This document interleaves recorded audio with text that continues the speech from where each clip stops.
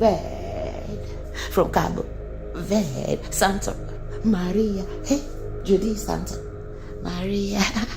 I'm excited about life again. Oh, wow. Officers had come to arrest a woman for fraud. They expected bank records, maybe a few lies. Instead, they stepped into a quiet, cramped bedroom in Canterbury, and something in the air stopped them cold. A faint odour, faint but familiar, one that no amount of cleaning spray could mask. Inside was something so horrifying that it would leave attending officers requiring intense therapy. By the way, this is Dark Case, and you can call me Jack. I bring you true crime documentaries and other things that you may later regret knowing. Please do join the amazingly supportive Dark Case family by hitting subscribe now. And also make sure that you have all notifications turned on. The Dark Case newsletter is completely free and it takes just 5 seconds to join, and it means that you'll never miss a new episode ever again. I'm going to launch it at 500 members, and right now we got around 320, so please just take that 5 seconds and join. And now it's time for my silly little question. Today, I want to hear all about your dream home, and I really want you to paint that picture, live the dream for just a couple of minutes, and comment your dream home down below. All Patreon or channel membership support goes a really long way, and I can't thank you enough, but thank you. And now, on with the video. In May of 2024, Jeremy Rickards walked into a pub in Canterbury. He was quiet, polite, but impossible to ignore. His face was swollen, bruises ringed his eyes, and he had a deep cut marked across his forehead. When asked, he smiled and said that he'd been in a car accident, because the truth was harder to admit. Jeremy, a 65-year-old retired geologist, had spent 27 years married to Maureen Rickards. By that spring, witnesses described him as fragile. He was now thin, bruised, and subdued. He looked like a man wearing down under something very heavy. Tenants living in the same building saw the signs too. On more than one occasion, they heard shouting, objects being slammed against walls, and on one occasion, someone even heard what sounded like a body being hit. When Jeremy was seen with yet another injury, a large bruise stretching from his eye to his ear, one tenant urged him to go to a hospital. He said simply, "Maureen was in a bad mood with me." By early June, he'd finally had enough. Jeremy temporarily moved out and stayed in another flat, and there he was spotted with even more injuries, old and new. Rib fractures, fresh bruises, and he was walking with a limp. Everyone who saw him noticed the same thing. He seemed scared, a shell of his former self. But despite this visible evidence, there was no police report. He didn't go to the hospital. There was no interventions at all. And so, with nowhere else to go, Jeremy had to go back home. The home on St Martin's Road wasn't isolated. Jeremy and Maureen lived in a multi-unit building with other tenants. It had thin walls, shared entrances, and to an extent, shared lives. People noticed things. One tenant remembered Jeremy coming down the stairs slowly, holding the banister like he was in pain. He was bruised up as usual, and his eye was almost swollen shut. Another resident said they often heard shouting from upstairs, and sometimes banging too. One time the sounds were so extreme that they did consider calling the police, but they didn't. Maureen Rickards was studying law, and she liked to record things. She'd recall calls, arguments, even her own voice. It may have started as a habit for her coursework, or maybe she was just paranoid. Just 1 week before Jeremy was last seen, Maureen uploaded this video to YouTube. She seems paranoid, rambling, and believes that she is at the centre of some kind of police conspiracy. Because of Kent's police, I bought me padlocks for my door.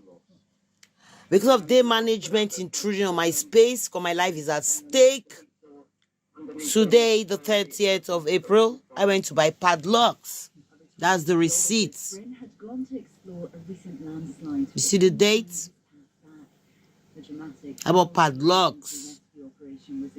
Extra lock for my room. And I've got 7 cameras. A body cam, cameras in hidden places, all to protect my life. I'm recording this to show the measures I've gone to protect myself from Kent's police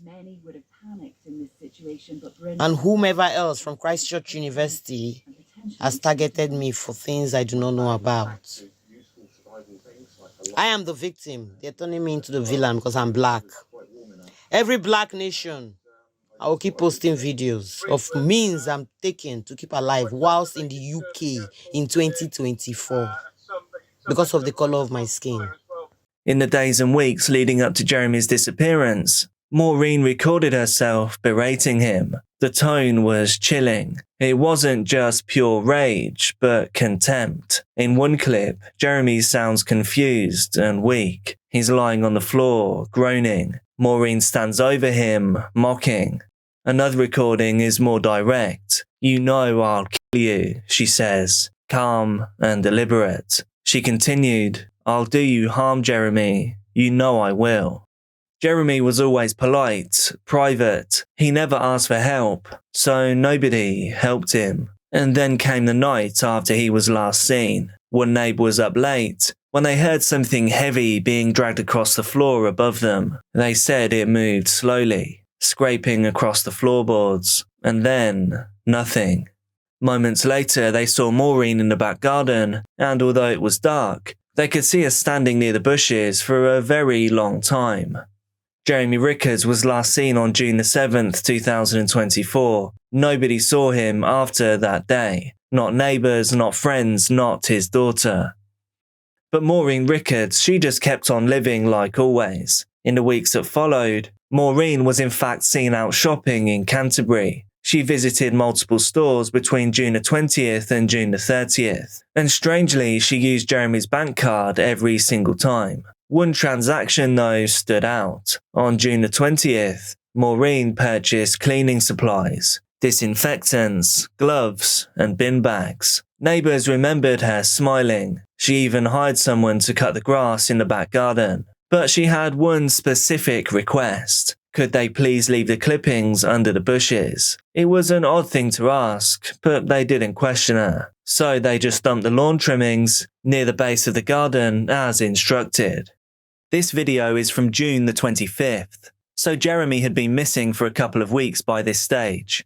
Maureen is going bonkers at her neighbours. It's rare that we see into someone's life like this. And honestly, the entire situation looks like a nightmare. You can really see just how paranoid and infuriated she is with everyone and everything.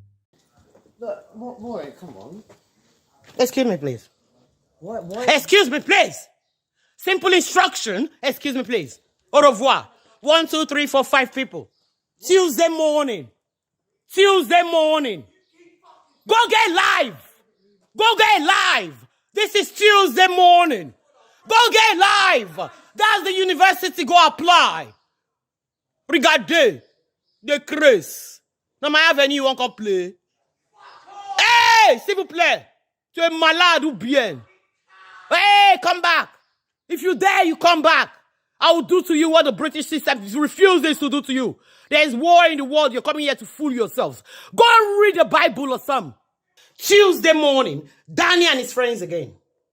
On June the 27th, Maureen used Jeremy's phone to send a message. It was to their daughter, Chima. The message said that Jeremy had gone to Saudi Arabia for work. And this was strange because Jeremy had never mentioned any plans like this. And to add to the weirdness, the tone of the message didn't quite sound like him either. Chima responded to the number, asking him directly, "Is this mum pretending to be dad?" She got no reply. And the next day, another message arrived. This time it was something far more shocking. "Jeremy is dead," it read. "He did it to himself. There were witnesses. I was asleep." This message was sent from Jeremy's number, but of course it was extremely suspicious. Maureen's messages to her daughter grew more bizarre. Maureen in fact blamed her for Jeremy meeting his tragic end. Chima was very disturbed. She messaged back asking for clarity, but she never got a proper answer. Eventually, she just blocked the number. And then on July the 5th, she reported her father missing to Kent police. Officers began checking travel records, and it turned out that there was no sign that Jeremy had left the UK.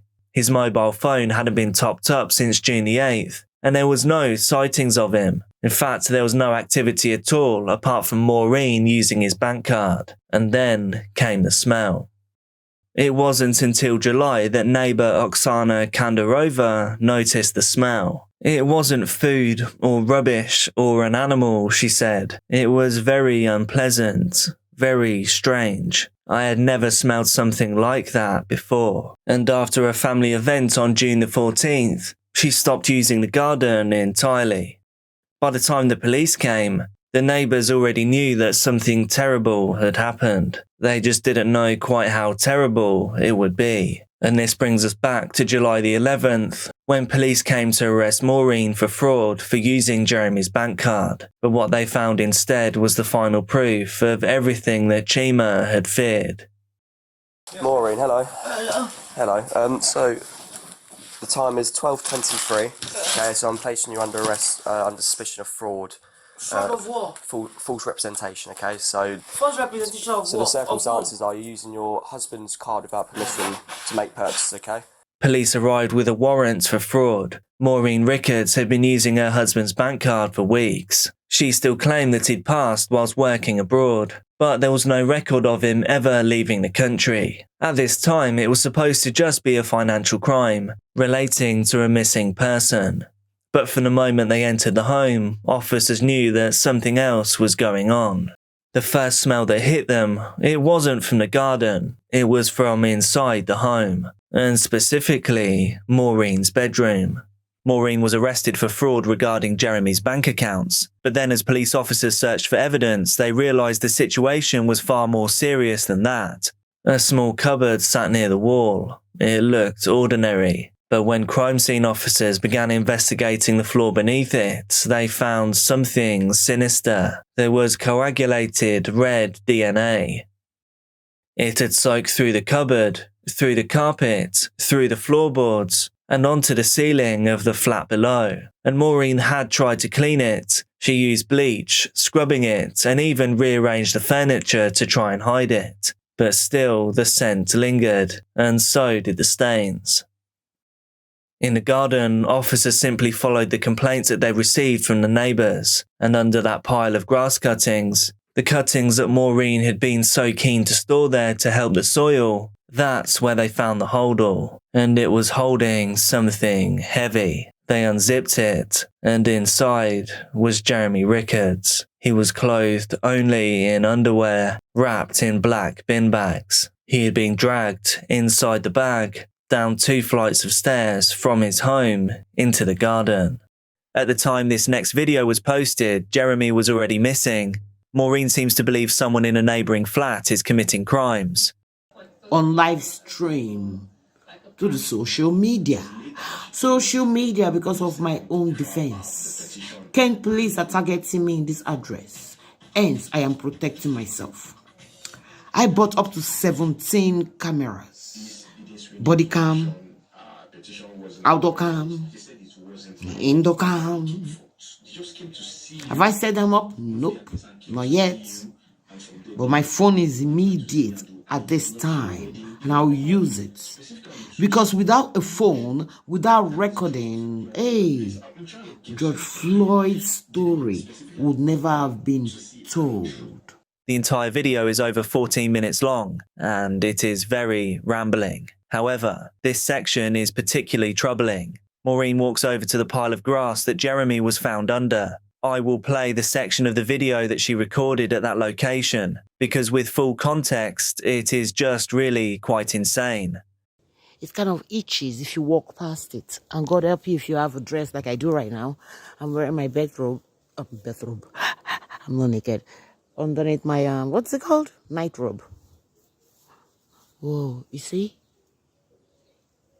It's all turns. That's why they put these cones here, like danger. I think it's a fence. Because there's a court down the road. All the houses are here. You see? It's mostly student housing from different universities. Cheap accommodation, you know. It's not cheap there. The cheapest is $420 in this house. The post-mortem would later reveal exactly what Jeremy had endured. There were 5 sharp implement wounds to the chest. 2 of them were deep enough to pierce his heart. But they weren't his only injuries. His ribs had been fractured weeks earlier. He had injuries from being throttled too, but these were old and still healing. He had bruises across his head, face and torso. It was now clear that this wasn't a single act of evil. It had been a horrifying campaign, a slow erosion of his body, his mind, and his life.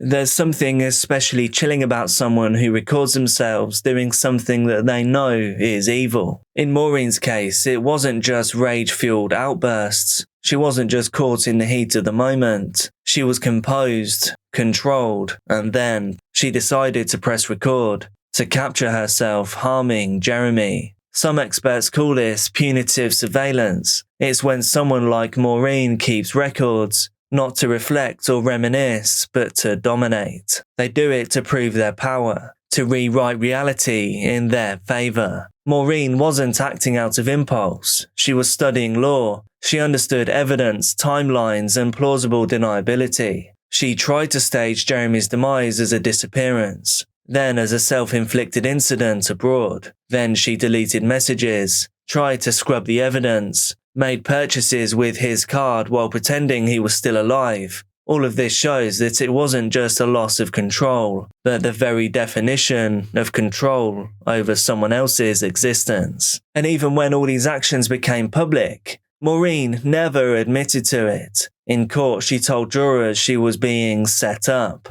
that the police were framing her. She played the victim, the confused wife. But behind closed doors, Maureen had held her husband under siege. People who knew Jeremy described him as gentle, as soft-spoken and respectful, and it's often kind people with those traits that make someone more vulnerable to coercive control. Jeremy never retaliated. He never reported his wife, and even when people asked about his injuries, he tried his best to minimize them.